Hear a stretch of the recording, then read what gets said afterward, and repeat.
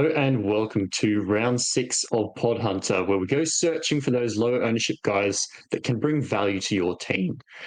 This week, a couple of flops from last time, like Bradman Best had a shocker, but Starford Toa continues to roar on as a really, really low ship center wing.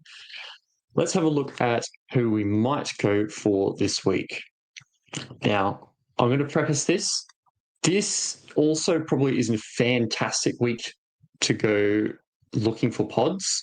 There's a couple of really, really strong options that just seem straight up buys, especially with their break even. But I'm going to compare them to some of the alternate guys that I've got listed and discuss whether they're actually worth putting in your team in addition to them or potentially instead of them. Okay, so let's pop across to my team first. I'm not very potty at the moment. Pretty much the only one that I've got left is probably Hopgood at the moment. And I'm already relatively happy with that. Had a decent start. But again, sometimes these things are just a little luck-based. Sometimes they're a bit strategy-based. For example, I'm pretty happy with my team, but had a disgusting score because I played everyone but Iongi, basically. And instead of having Nicholson, I played Seyfarth. So small differences, even in your own team of who you play, you can antipod somebody that everyone else might instead be playing. That's another way you can use ownership to your advantage. Just make sure that the matchup works. So, for example, this week I'm going to Male over a bunch of these guys because he's got a really nice Eels matchup, and Raiders generally do well against the Eels. At the moment, I'm benching White, but I'm really tempted to bench Iongi again, despite the 107, because, well, other than this, he hasn't shown humongous scoring, but I mean, it's benching a fullback. You're always playing with fire when that's happening. So just keep that in mind. There's more than one way to use ownership to your advantage in SuperCoach. All right, to start this off, I want to talk about Dylan Brown. Now, every man and his dog is probably looking to get Munster and Campbell in or has one of them in already.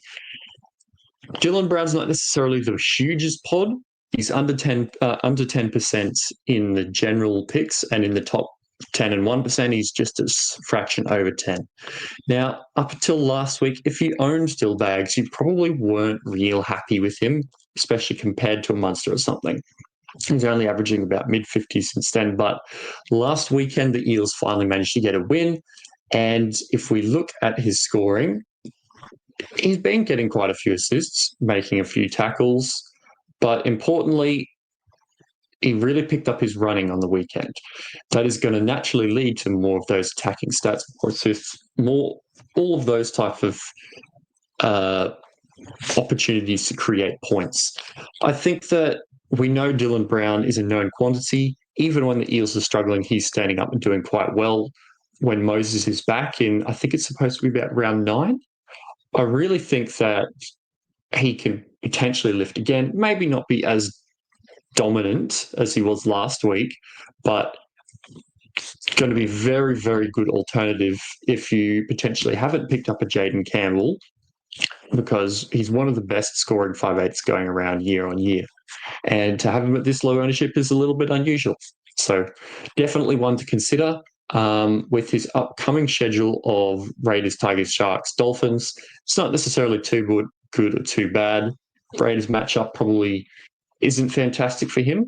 Rats have the wood over the Eels a little bit, but Dylan Brown always is a solid bring-in. Just like I was talking about Teddy last week, it's very rare to see Tedesco at that low ownership, and he goes and knocks out 100. So he's also somebody you can look to, but not many fullback options you're probably looking at selling at the moment.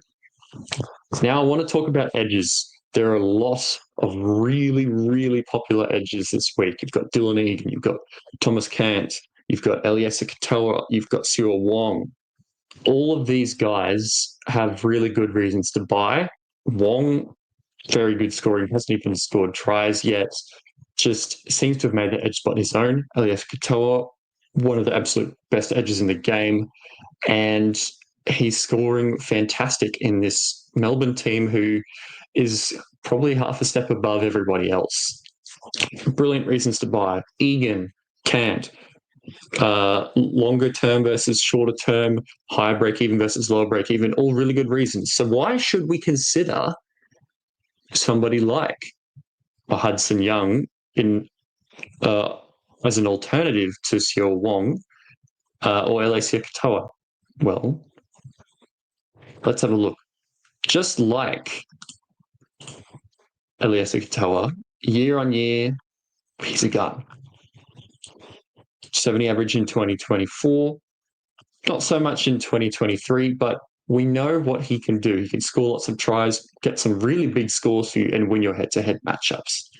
Yes, he does have a lot of 50s in him when he doesn't get this attack. His floor isn't as high as some of these other edge options, but it's still pretty solid.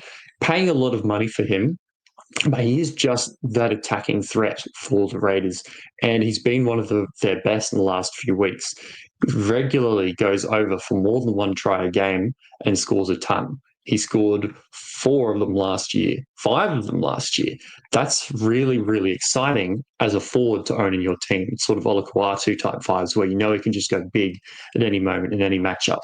And if you look at the matchups, they're really good. He plays Para this week, and the next few weeks for him all look really nice. That's about as good as a schedule as you can get for an attacking type player. Lots of 70s and 80s, 90s and 100s in his previous games against these teams. So I'm pretty high on Hudson Young. I can't fit him in at the moment because, well, I'm looking to go for those cheap guys instead, build some value and make some other big moves potentially. That's probably where I'm going to bring in some pods, maybe like a Hudson Young, but potentially I don't want to get on too close to Origin because it's pretty likely that he'll be in and about the camp anyway. But Hudson Young remains a good, strong option to bring in pretty much at any time if the price is good. We'll move on to the other edge now. And you kind of have to bring up somebody that's making lots of money, has a low break even, and has just scored a big one. Now, Kartonga is really up against Egan and up against Thomas Cant as options for your team. Now, he's a little bit more expensive and it doesn't have as low break even as these guys. So he's got to work real hard in order to be better than them. Do I think that he will be better than them? I find it hard to believe that he will. His job security, however, is a bit better than Cant. But what does it matter if Cant makes 150K or 200K in the next couple of weeks? So let's have a look at the reasons why Kautonga might be a good option. So to be brutally honest, his scores were pretty mediocre coming into this week, but he managed to go over for a try, get some attacking stats, and did a lot more running in this last game. The Eels did better overall with Dylan Brown running, with Kautonga running. He's a threat. He's a threat that can score and can go over at a cheap price. And I see no reason for him not to be a good moneymaker. Would you get him in addition to those guys? I think that's probably too many cheap edges, but he remains a humongous point of difference. If he does manage to go well in these next few weeks, Tigers, Raiders, and Sharks, not brilliant, not terrible.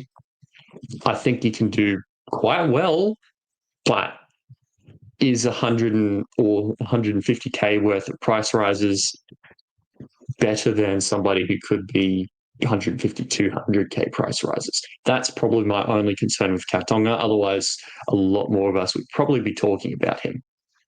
Okay, let's move on to somebody who is another one this year that is shocking that they're this low ownership because, well, he's being outperformed. At the moment, he's only about the 7th or 8th best hooker in the game this year.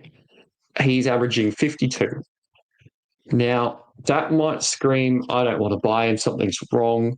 And to be honest, I don't blame you. I'm a bit worried about making this call myself. But if we look at how the stats have worked for Harry Grant, first of all, the first opponent was Para, and they flogged him.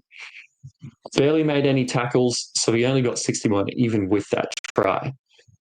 Round 3, Penrith gave him a real fright even without Cleary for half that game. And it's Penrith when they looked good. Other than that game, they haven't looked real crash hot, but they gave him a real good go in that one, and he scored 26. Dragons, he was back to a pretty good score, 70 without any scoring stats, and a couple of line break assists. So even in a loss, Harry Grant was good.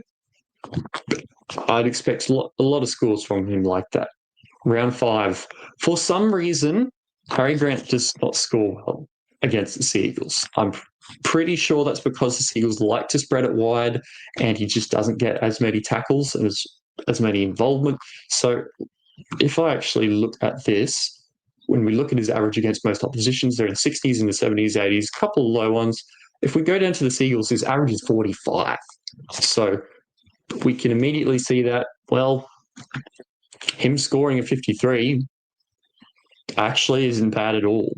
So Harry Grant at 600K, having dropped nearly like 7 or 8 points of value, 7 or 8 points in price, just puts him as a real potential value option moving forward.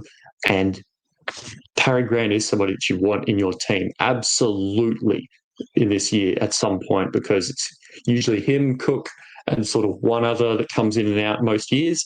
And now Cook isn't playing 80 minutes. Harry Grant looks like the last one left. Wade Egan, I made a bit of a judgment call wrong there. I saw that he was good, but I thought Starling was better. And Starling turned around and started playing 50 minutes while Wade Egan tore off. Harry Grant has the potential to be the number one hooker still. Wade Egan probably won't be the number one hooker, but he's had a good start. I would prefer to buy Harry Grant at this point than Wade Egan, probably, considering their prices and what we know Harry Grant can do. Okay, last one we'll go through this week. Is Stafford Toa still an option to buy? Now, this has been a tough one for non-owners because there's been a lot of centres that have been doing pretty well. And it's been really hard to justify bringing in Stafford Toa, like switching a Toya or even switching a Purdue a few weeks ago. Switching Purdue to him wouldn't have really worked out. They've kind of done very similar up to this point in the last few weeks. Toya, you can sell, but it's really hard to make that at the time. I mentioned a couple of weeks ago that his 2023 stats and 2022 stats, where he actually played the full season, he was averaging somewhere between 40 and 49. I expected him to probably do that with maybe a little bit of a jump in a slightly better Tigers team this year. But I wasn't expecting this level of really, really solid performances. So he's actually averaging in the 60s at the moment, courtesy of quite a lot of attack. And this one was probably actually a good matchup for him, believe it or not. I didn't think that through too much. But versus the Broncos centers and weaker edges, did well. Against Bradman Best, however, and Dane Gagai, and the Knights edges, I don't think there's going to be as much love for him. So there could be some tries on offer, but there could also be a lot of working over by those very, very talented and very, very skilled players. However, he does have Para coming up, Sharks, Dragons, so not necessarily a bad buy, but at this price now, it would only take one knock for that break even to sort of come up quite a lot and it to stall. So he might only have another 70, 80K in him at this point, or he might have more. I don't know if I'd buy him now, but he still remains a low break-even option to bring in to your centre wing. All right, that'll probably do us this week. There's just not a lot of really, really enticing options compared to like your Carnage, your Egan, and some of your other stronger options like your Jerome Hughes, your Munsters, your Harry Grants, even potentially your Katoas. It's really just Storm season because we see how much better they are than most other teams in the comp. For me, I'm probably leaning towards boosting and getting Carlton Egan and Jerome Hughes. I really like having that extra Storm player. And with this extra cash over the next few weeks, I'll probably look to upgrade Hopgood to one of those guys, like a Hudson Young or an Elias Katoa, something along those lines, and probably then start cashing in all of these centre wings. And we'll talk about the centre wing options over the next few weeks because there'll be some really, really interesting ones. Kiraz is probably going to be pretty highly bought, but if you jump on nice and early and he scores well for you, that'll be great. But we have to watch out now this year, I guess, because is this the year Kiraz makes Origin? Don't know. We'll talk about that when we get there. I think there's real potential for there to be some fantastic pod plays over the next few weeks. At the moment, it's sort of load up on these guys that we known quantities. Maybe take a flyer on an early Harry Grant pick or Hudson Young if you're feeling spicy. So thanks for joining, guys, this week. I look forward to next round, actually, because I think that'll be a round where there's a lot of moves being made. So if you want to look at all this discussion and potentially other options to go through, join the SuperCoach Hub Discord. Lots of really strong super coaches in there with lots of good discussion and advice. And watch out for the breakdown and some of the other SuperCoach Hub videos coming out this week.